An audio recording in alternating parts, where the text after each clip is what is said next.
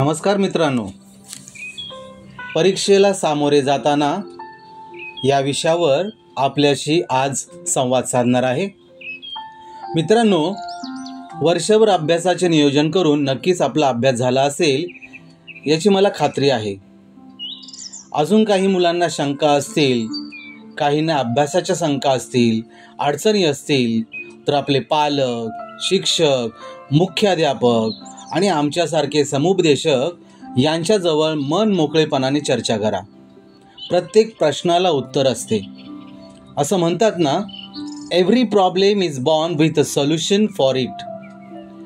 प्रत्येक विद्यार्थ्याने तणावमुक्त परीक्षा द्यावी, यशाची शिखरे पादाक्रांत करावी हीच आम्हा सर्वांसह आपल्या शिक्षण मंडळाची देखील इच्छा आहे।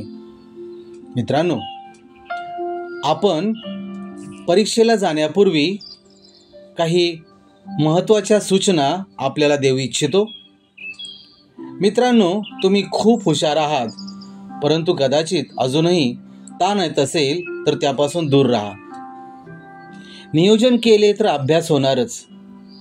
केलेला अभ्यास विनाकारण आठवत बसू नका आणि मला येत नाही असं मुळीच म्हणू नका। जेवण वेळेत घ्या बरं का। जागरण न करता पुरेशी झोप घ्या, अन्यथा परीक्षा कक्षात पेंगाळलेले चेहरे पाहायला मिळतात। थोडा प्राणायाम, व्यायाम करा, त्यामुळे ताजेतवाने वाटून छान असा अभ्यास होतो। अल्पवयीन मुलं मोटरसायकल, चारचाकी गाड्या विना परवाना चालवताना दिसतात, पण आता लक्षात ठेवा बरं का, परीक्षा होईपर्यंत या गाड्यांची चावी याला हात देखील लावू नका। अपघात झाल्यास लेखनिकासह परीक्षा द्यावी लागते।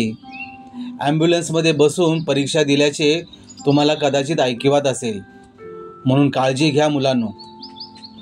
अभ्यास करा, कोणतीही गोष्ट करताना विचार करा, चिंतन करा, मनन करा। अतिताण न घेता स्वतःची काळजी घ्या। आपल्या लेखी परीक्षेचं वेळापत्रक, प्रवेशपत्रक हे नीट तपासून त्याप्रमाणे परीक्षा कक्षात हजर व्हा बरं का। गेल्या वर्षी 8,000 विद्यार्थ्यांना चुकीच्या वेळापत्रकाच्या हाती लागल्यामुळे जुलै महिन्यामध्ये पुन्हा परीक्षा द्यावी लागली। याकरता बोर्डाने आपल्या संकेतस्थळावर पाठवलेले वेळापत्रक हे ग्राह्य धरावे। विद्यार्थ्यांनो, परीक्षा सुरू होण्यापूर्वी प्रत्येक विषयाच्या लेखी परीक्षेपूर्वी किमान 1 दिवस अगोदर विषय, वेळ, दिनांक, सकाळचे सत्र की दुपारचे सत्र याची खात्री करून घ्या। परीक्षा हॉलमध्ये जाण्यापूर्वी हॉल तिकीट असल्याची खात्री करून घ्या। आणि हो, दिव्यांग विद्यार्थ्यांना देखील मंडळामार्फत वेगवेगळ्या प्रकारच्या सवलती देण्यात आलेल्या आहेत, तर या मुलांनी देखील या सवलतींचा पुरेपूर फायदा करून घ्यावा।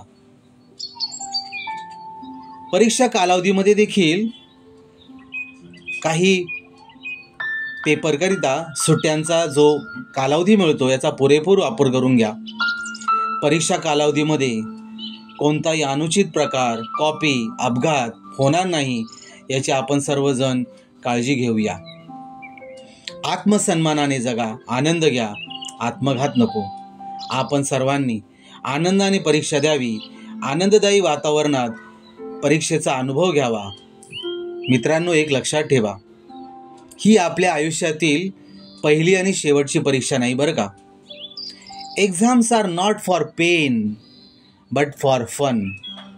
पुढील आयुष्याच्या परीक्षेला सामोरे जावे याकरिता देखील आपल्याला खूप खूप शुभेच्छा मित्रांनो। थांबतो येथे, पुन्हा भेटूया लवकरच। धन्यवाद।